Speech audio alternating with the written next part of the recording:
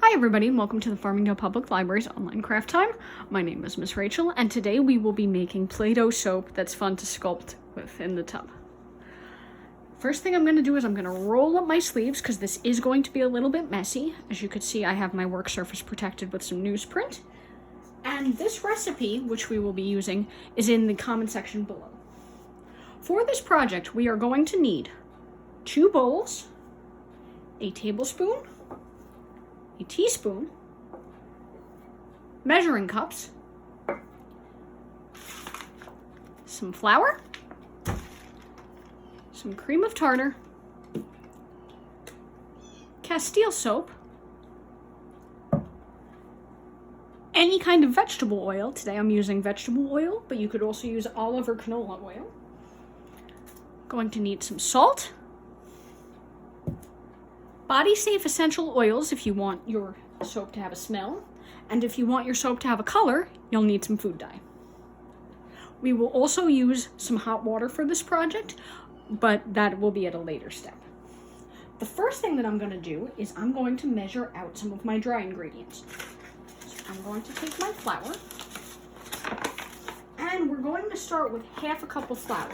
This whole recipe will use about 3/4 of a cup of flour, but we're going to start with half for now. So there's 1/4 cup.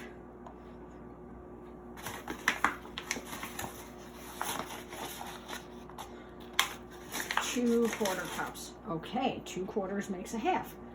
The next thing that I'm going to do is I'm going to add a 1/4 cup of salt. I'm using the 1/4 cup measuring cup today because it is a lot easier to just measure everything in quarters. Okay, that's 1/4 cup. I'm going to put that in. Okay. And I'm going to need 2 teaspoons cream of tartar. Now with the cream of tartar, it's better to do a little bit less than a little bit more. This is what gives the product its cleaning abilities, but too much of this can be harsh on your skin. Okay, there's 1 teaspoon and 2 teaspoons. Okay, and the first thing that we want to do is we want to mix together all of our dry ingredients so that they are well incorporated and all one uniform color. So that was half a cup of flour, 1/4 cup of salt, and 2 teaspoons of cream of tartar. And now I'm using my teaspoon to mix them together. So you don't want there to be any lumps in the flour. This sometimes happens if you keep the flour in too moist of an environment. Okay, so there's my dry ingredients. Okay. Next thing that I'm going to do is I'm going to start combining my wet ingredients. So for this, I am going to need 2 tablespoons of olive oil. Now this I'm actually going to put directly into our dry ingredients to get the batter started. At first this is going to look kind of like a cake batter, but will eventually become more solid. So that I'm going to mix together, and right now it just kind of looks like lumpy pretzel dough. That's fine. Next we're going to need our essential oils, our castile soap, and some hot water. So for the hot water, you can use hot water directly from your sink. It doesn't have to be boiling hot. So that's what I'm going to do is I'm going to take my second bowl, my measuring spoon, and go over to my craft sink. So I'm going to need a 1/4 cup of hot water.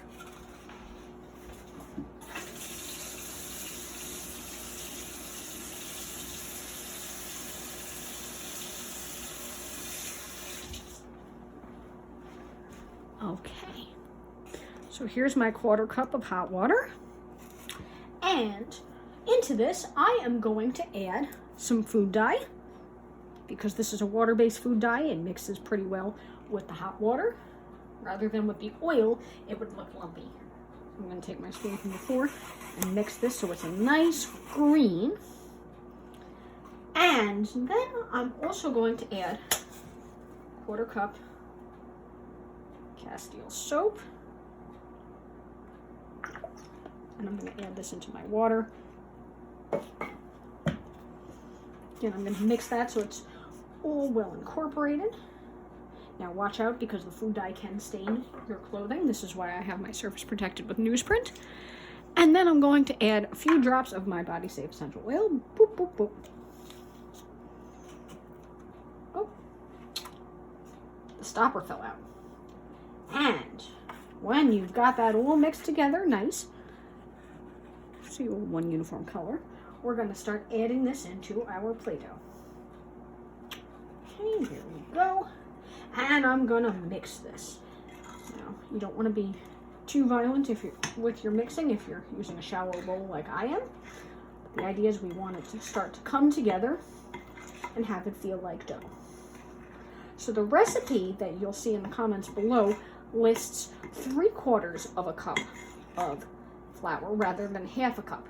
The reason for this is that I find that most of the time when we get to this step, the dough is too sticky and you might need up to another 1/4 cup.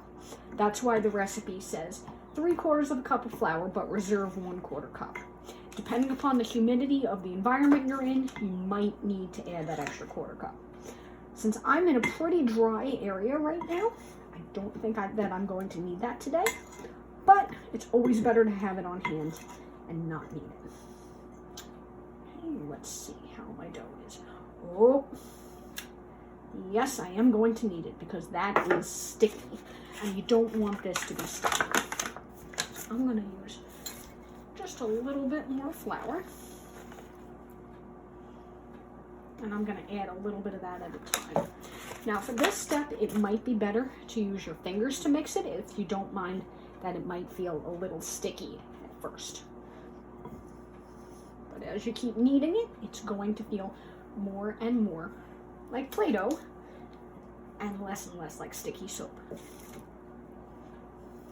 And if you find that you don't like the color that it is, you can knead some food dye directly into your dough, but this will stain your fingertips. Okay, so I'm going to pick up the flour from the sides of the bowl that I have here. See, I pretty much just used the extra 1/4 of a cup of flour. A little bit extra on the side. Don't be afraid to work this with your fingers. You want to make sure that when you split open the dough like this, the middle doesn't feel sticky. And also, the closer to the Play-Doh texture that you get, the more fun it'll be to play with. I'm going to make a pancake in the side of my dish.